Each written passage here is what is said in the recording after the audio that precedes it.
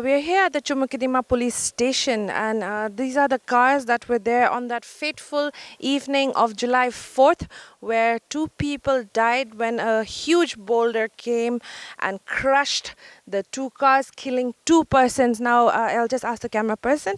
This is the visuals that you can see right now. We can see what was the contents behind. It is such a sad sight to see, and also the main one that crushed the person and killing him also is this Wagoner over here. The visuals that everybody, the whole country that has been witnessing in that viral video when the boulder came, the video of the dash cam of another car that was behind that caught all of this, is this one that actually hit and toppled it over on National Highway 29 just after the Chumukedima police check gate before Kukidolong. And we can see right now, we can just go around it and just see the proximity, the damage that the boulder has done. And then this was on July 4th, and again on July 8th, 4 days later, almost during the same time, around 4:30 p.m. This incident on July 4th happened at 5:30. And then again yesterday, July 8th, another boulder fell down. Luckily, there was no casualties and nobody was hurt, no cars were crushed. But this was the July 4th incident damage that was done. And yesterday again, when that boulder fell down, just 4 days later, the NHIDCL also just previously told media persons that it is a natural calamity. Agreed if it is a natural calamity, but then again, we have to think about if every day a boulder falls, we're not going to blame it on natural calamities. There has to be measures taken by the contracting agency to make sure no lives are lost, no more damage is done, and the highway is safe to travel, considering that this is a very connecting route for different states as well, including Manipur, and then all commodities, trucks, passengers, commuters to go to various districts. This is the highway that is used, and this is what happened. And we can see how much damage it has done, and then killing two persons that fateful July 4th evening. This is the incident where on July 8th, another huge boulder fell down, and it has not been cleared as yet, but then as we can see, this hillock is very steep. Now, there are guidelines that a hillock cannot be this steep, especially when there is a construction work going on. Such hillocks should be in a particular, at least maybe 60 degrees, according to some few National Highway officials, that this is too steep. They had informed the media people. And also, let's look at it in a chronological order. In 2020, the Nagaland Pollution Control Board had written to the general manager that the particular hillock is very steep with unpredictable rock slides from earlier times, and therefore it has been named Pakla Pahar. And there has been numerous occurrences of landslides in the particular stretch of the highway, even without disturbance, and has been greatly aggravated in recent days due to the earth excavation and use of dynamites for the blasting of rocks. And they had written, the Nagaland Pollution Control Board had written to the general manager of the NHIDCL.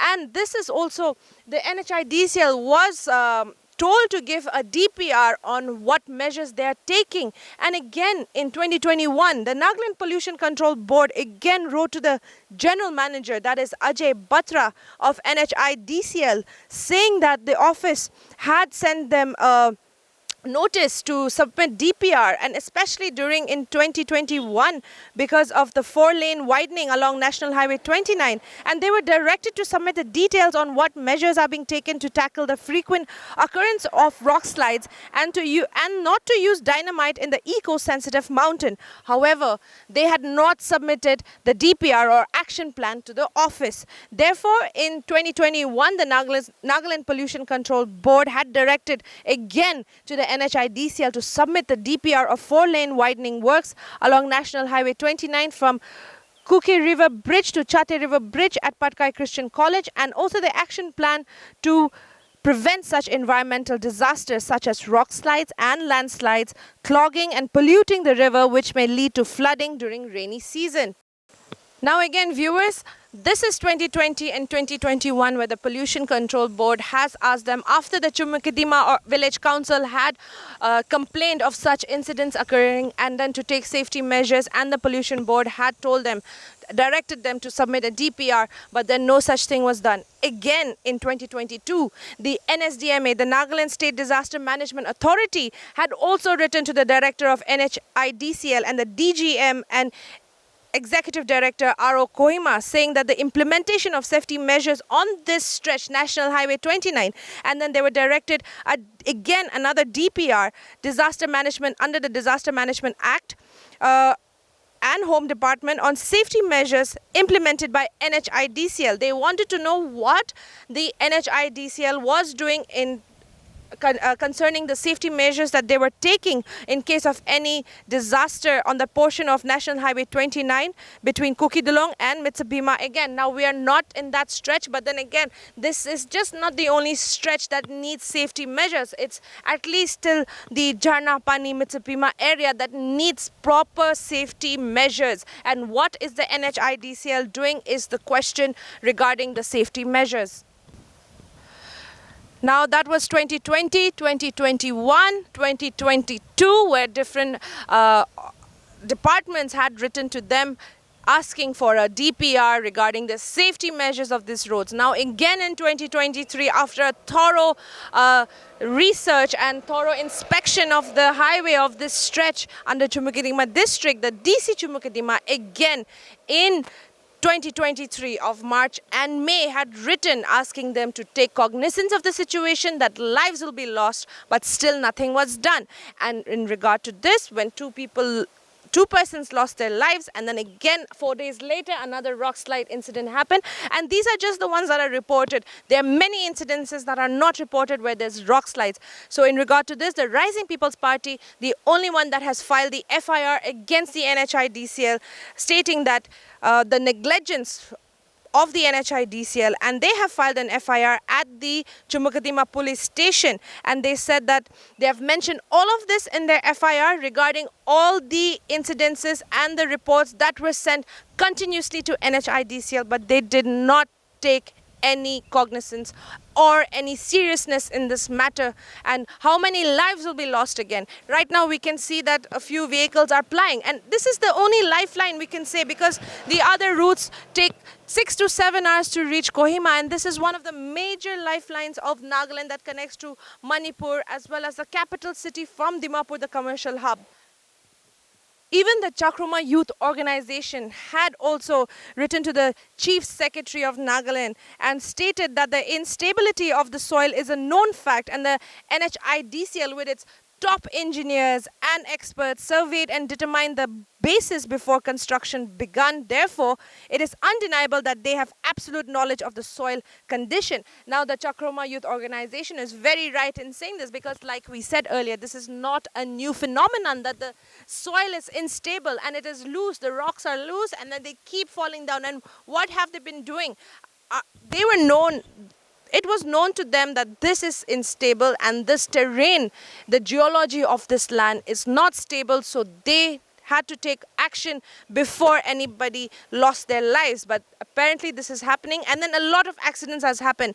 But this was one of the most major ones that happened in recent times due to the ignorance of the NHIDCL. The Chakruma Youth Organization wrote a letter to the state government through your office to take up some adequate measures in the ongoing National Highway 29. So, sir, what are the steps taken up by the government, sir? No, you see, we have set up a high-level technical committee. The high-level technical committee is supposed to give its report within 2 weeks' time. So that committee will go into all these issues. Okay.